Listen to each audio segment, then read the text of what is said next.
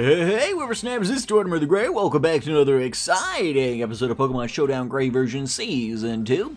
Today is the last of the Elite Four battles as we go up against Acolyte Codeman and his Ice team. Yeah, so I think we started off Season 1 with an Ice Gym, potentially. Finishing off, well, not finishing off, I guess, but our final Elite Four battle this time is an Ice battle. So, fun little dichotomy there. So, Zuko switches in up against Sub-Zero. I'm going to take a hard Ice Beam, and Sub-Zero is going to get burned. We throw up the Protect to get our speed going a little bit. But if I remember correctly, we aren't fast enough. Oh no, we do. We do add speed. All right, well there we go. So Zuko's going to finish off the Kyurem White as speed boosts continue to roll in. Captain Cold switching in, Mega Evolving. Throwing up that Protect, going to avoid the Blaze Kick thus, but unfortunately for it, Protect doesn't happen the next time, and the next Blaze Kick lands, finishing off the Mega Glalie there. Speed Boost continuing to rack up as Blubber switches in. We throw up the High Jump Kick there and finish Blubber off in one hit. That works out very nicely for us, and then the Mamoswine going to switch back in, and Manny is going to throw up the Ice Shard, which is going to be enough to finish off Zuko, at which point I bring in Legion, and Legion's going to take the Ice Shard. He's going to go ahead and... No, he throws up the Meteor Mash. Not sure why I didn't Mega Evolve there, but we didn't, so hey, there we go. But, well, yeah, thank you so much, Acolyte Codeman, for participating this week. I greatly appreciate it. Let's move into the next battle, shall we? Here we go. Alrighty guys, battle number 2 up against Epic Big Nick, who's been very busy this season, so we haven't seen a lot of him, but here he is with Candy, setting up, throwing off that Aurora Veil, which is a neat little move. I think it's basically Reflect and Light Screen all in one. So that works out nicely. We've got the Ice Arceus here, throwing up the Defog, getting rid of the rocks there. Hanu throwing up the Stone Edge, doing whatever he can, but the Giga Drain coming in and finishing off Hanu there. At which point Zuko switches in. Zuko going to throw up the Protect there, avoiding the Toxic, getting a little bit of a speed boost going there, chipping away with the Hail, and landing the Blaze Kick enough to finish off the Arceus there, so that works out pretty nicely. It's no wonder Mega Blaziken got banned to Anything Goes. I think that was like the first ban that Ubers ever did, because Blaziken itself is OP, and then to throw Mega Blaziken on top of it is just insane. But Zuko throwing up the Blaze Kick, finishing off the Rotom Frost there. Speed Boost continuing to rack up as Cupcake, the Glaceon, comes in, takes a High Jump Kick, hangs on with its Sash, and is going to throw up the Water Pulse, finishing off Zuko there. So good strats from Nick on that one. Bullet Punch finishing off the Glaceon as Legion comes in. Unfortunately, even though this team was built, weeks ago, with no idea of Ice type coming up, having Legion, having Zuko, having Fumesy even, it was a bit of a tough week for you guys. So you guys all did pretty good in the face of that. The Ice Memory Drive. No, Genesect. I had to look over there. I was like, wait, what is that Pokemon called Genesect? Goes down. Raistlin, my Dragon type, 4 times weak to the Ice, able to come in and set up and finish off the Mega Glalie there. But yeah, thank you so much for participating this week, Nick. Epic Big Nick. I greatly appreciate it. Hopefully we'll see you next week for the final week with the Champion Battle. But let's move on to the next Acolyte, shall we? Here we go. Alrighty guys, battle number 3 up against Acolyte Shunosaurus, and leading off with his Ninetales, setting up the nasty plot there as we get the rock set up, the Hail kicking in as the Blizzard lands on Hanu.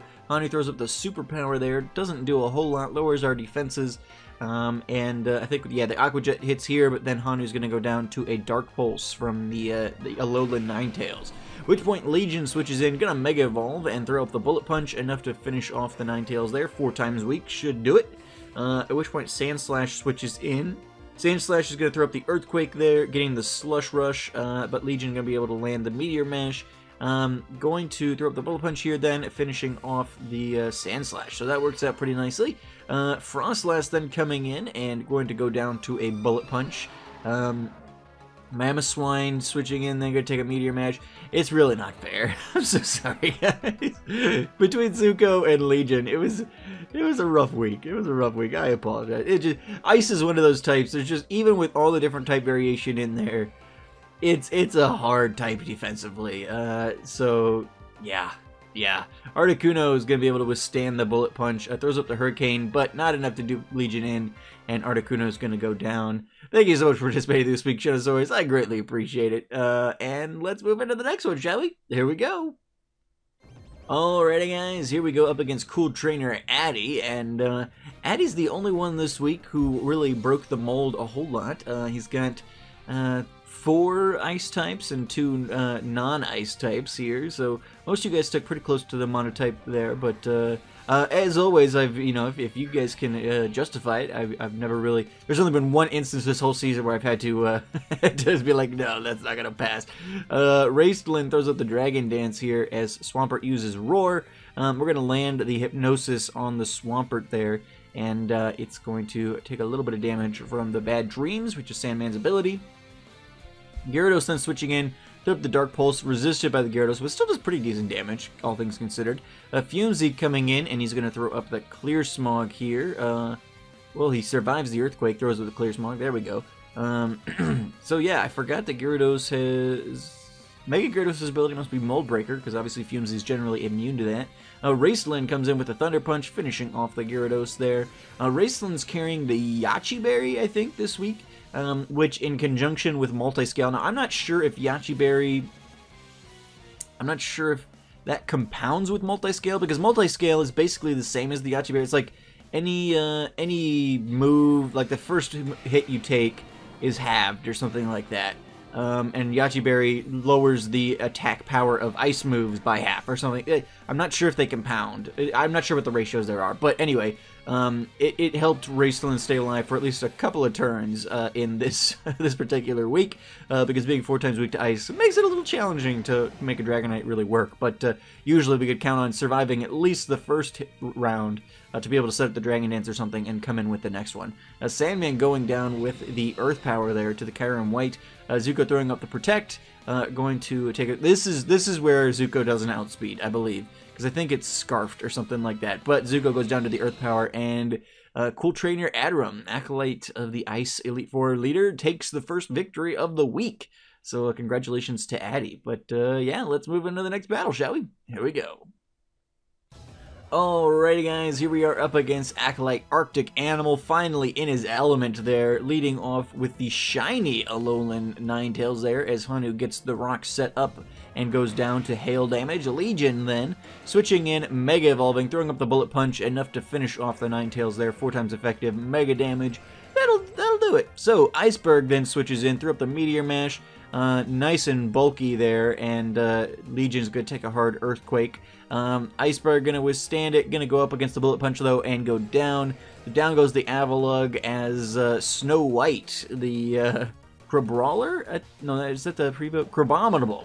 Crabominable comes in and goes out, at which point Ice Cream switches in, and the Meteor Mash is unfortunately going to miss there. The Signal Beam's going to land on Legion, and then I think the next Meteor Mash misses, no, the Bullet Punch lands, but not enough to kill, and Legion going to go down to one of my least favorite Pokemon of all time. So it's like, I wasn't disappointed that Legion went down, I was just disappointed that Legion went down to that. Raceland withstands a critical hit Blizzard thanks to its Yachi Berry and Multiscale ability, throwing up the Fire Punch, finishing off the Ice Cream there. Mac then brings in Chubbs, his starter from last season, which I was excited to see Chubbs back. Raceland is going to oh wait, no, the hail stops. I think that was Mac's plan, to have Raceland killed by the hail damage. But unfortunately the hail stopped and Raceland was able to get a Thunder Punch off before going down to an Ice Beam from Chubbs. Sandman then switches in, gonna finish off Chubbs there, leaving us just up against the shiny Kyurem White. And Sandman's gonna put Kyurem to sleep, which works out pretty nicely for us. We get a little bit of damage off with the Bad Dreams there, throwing up those Dark Pulses, just whittling away. We don't have, well, we do have, we've got some things that we could switch in, but don't want to risk, well, no, we go ahead and do that, I guess. Kyurem switches, or is going to throw up the Ice Beam, finishing off Fumesy just about. Fumesy's going to take another Ice Beam and go down before being able to do anything. So, yeah, shouldn't have switched there, but we did, so there's that. Zuko is going to be protected from the Earth Power there. Hoping that, yes, this one is not Scarfed, so Zuko able to get the high jump kick up and off before going down himself, and finishes off the Kyurem White to win us the battle. So, thank you so much for participating this week, Acolyte Mac. I greatly appreciate it. Let's move on to the next one, shall we? Here we go. Alright guys, here we go in our final Acolyte battle of the day, going up against Scad as she brings in a shell-smashing Cloyster up against Hanu. Hanu sets up the rocks there, gonna take a Surf and then throw up the superpower. Doesn't do a ton, but gets us under half, so that works out pretty nicely for us. The Aqua Jet going to chip away just a tiny bit before Hanu goes down to a Surf from the Cloyster. At which point Legion switches in, gonna go ahead and Mega Evolve and then throw up the Bullet Punch. Not enough to finish off Agnes there, unfortunately, but the Icicle Spear is not gonna really do a whole lot to Legion anyway, so pretty confident that Legion can come in on the next turn with a Bullet Punch and finish off the Cloyster, which he does. So down goes the Cloyster, in comes Sonic. Legion throws up the Earthquake there. Sonic does not have the Snow Boost that are the other Alolan Sand Slashes we have seen have had. Legion finishes off Sand Slash there. Chomper then switching in, going to Mega Evolve, throws up the Ice Shard and finishes off Legion there. At which point Zuko comes in. Zuko going to throw up the Protect to get a little bit of a speed boost going there and avoid the Earthquake. Works out pretty nicely, and then going to throw up the Blaze Kick, finishing off the Mega Glalie. At which point Scad is going to switch in Elsa, and Elsa's going to set up the Snow Warning there, getting the Hail going. We miss with the Blaze Kick, and sets up the Aurora Veil there, which is going to make it a little more difficult for our moves to do what we need them to do, but even through that, the Blaze Kick is going to be enough to finish off the Ninetales. Bihan then comes in and is going to avoid the high jump kick, which is going to send Zuko careening into the wall and leave him open to death from the Mamoswine. At which point Fumsy switches in, going to take the Icicle Crash and throw up the Will-O-Wisp, but the Mamoswine able to avoid that. At this point, I was looking at Mamoswine's abilities, like, does this thing have Snow Cloak or whatever? But Scad says no, he's got thick fat. So just getting really bad luck with the RNG there, because its ability wasn't coming into effect to ensure that was happening. The Flamethrower not doing a whole lot there thanks to the thick fat ability. Fumsy is going to take another Icicle Crash there and throw up the Clear Smog, I think. I think even resisted Flamethrower is always a better move. Really, Clear Smog is only there for removing stats. It really has no real benefit as an actual attacking move. Fumsy finishes off the Mamoswine, though, just chipping away. Thankfully, Scad had some bad RNG there, too, missing several Icicle Crashes as Frost finishes off Fumsy. At which point, Sandman comes in. I think we attempt to put this thing to sleep here, but I believe, yeah, we miss with the Hypnosis. So Scad's going to finish off Sandman, leaving me with just my Dragonite here, and Dragonite is going to, I believe, yeah, uses the Yachi Berry, and then throw up the Fire Punch, not looking to set up any Dragon Dances or anything like that, finishing off the Weavile there. So, thank you so much for participating this week, Scad. I think you had a much better showing. I know you've been, your showing in last season's Ice Gym still haunts you, so I think you definitely acquitted yourself well here. A very, very close battle. Yeah, so thank you so much for participating, Scad. Let's move into the Elite Four leader here and see who's heading up the ice contingent. Here we go. Alrighty guys, here we are up against Elite Four leader Celine Eleanor as her Genesect connects with Hanu, doing some good damage there, and then allowing Hanu to go down on the next turn, having had his sturdy broken. Raceland then switches in, going to take the Techno Blast, super effective, but able to withstand it, get up the Dragon Dance, and throw up the Fire Punch, enough to finish off the Genesect there. 4 times effective generally does that. Ninetales then switches in, throws up the Snow Warning, the Blizzard's going to land, and Dragonite is going to go down. Legion then comes in, and Ninetales is going to come out. The Sand Slash coming in with the Slush Rush there. Legion going to throw up the Bullet Punch. Doesn't really do a whole lot. And then the opposing Sand Slash uses the Earthquake, which we then return, and Sand Slash going to go down. At this point, Celine is going to bring in Weavile. Weavile's going to start exerting that pressure, and the Bullet Punch is going to land and finish it off in one hit. Legion continuing to get chipped away by the Hail a little bit, I think. And then Ninetales is going to go down to a Bullet Punch as well. Ice Arceus then comes in and is going to take a Meteor Mash going out. And then Kyurem is going to come in with the Turbo Blaze. The Bullet Punch is not going to be enough to finish it off, and it's going to Fusion Flare, finishing Legion off. Legion goes down. At which point Zuko comes in. Zuko's going to throw up the Protect.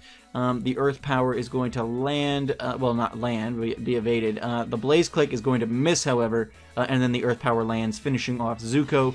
Kyurem sweeping through some of my best attackers here. Kyurem uses Ice Berm, finishing Fumzy off in one hit, and then it's down to Sandman, comes in with the Dark Pulse and able to finish off the Kyurem before going down itself. But a very close battle there.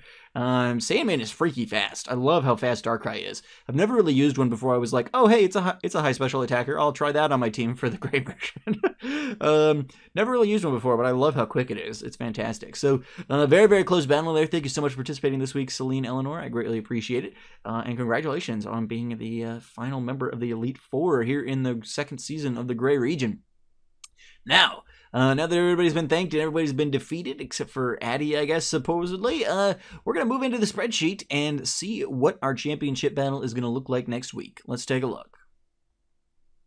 Alrighty, guys, here we are looking at the spreadsheet for the final time this season. As we now need to roll and determine who the champion of this region is going to be. I talked to you guys a little bit in the Discord previously. I'm kind of deciding what options you wanted on here, and the options for this are going to be the champion will either be our rival, so which case you guys will put together some anything goes versions of your rival teams. It can be another just random mono type trainer like the Elite Four or the gym leaders. And we did look, because somebody, when I asked, I think this is the one I was asking about, I was like, do you guys want mono type on the list? Because you guys generally like mono type usually in my audience. And we did look, and there are several champions in the past who have been largely monotype teams, or at least mono-themed teams. Like Lance was basically a dragon trainer, Iris was basically dragons, Wallace was basically water. I mean, there are several examples out there. So we decided, yeah, you know what? Let's put it on the list. So we'll either be a rival team, like Blue, will either be a monotype team, or will be, the evil team leader. So it will be the champion. So we're going to go ahead and we're going to equals rand between, and we're going to do 1, 3,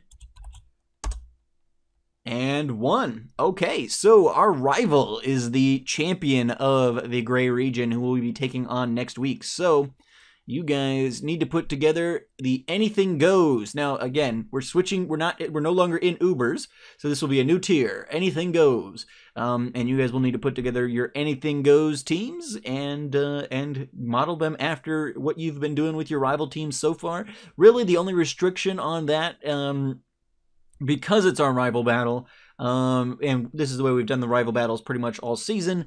I like to see your starters in there. So basically, like how I've had to carry Hanu through, our rivals, you should have your starter on your team. Other than that, you're free and clear. Do whatever you want. Kind of like Blue, it's an anything goes sort of thing. So yeah, get your rivals all set up, or not your rivals, your starters and your rival teams. And I will see you guys all out there again Monday from 5 to 6 p.m. EST and Tuesday from 12 to 1 p.m. EST. And if you can't make it, since this is the finale of the episode, be sure to let me know, because I know switching the times around, Wednesdays maybe worked for you, but Tuesdays haven't really been.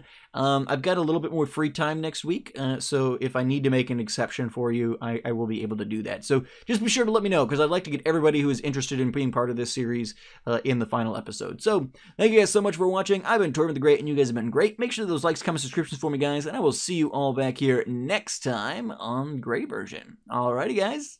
Have a good one.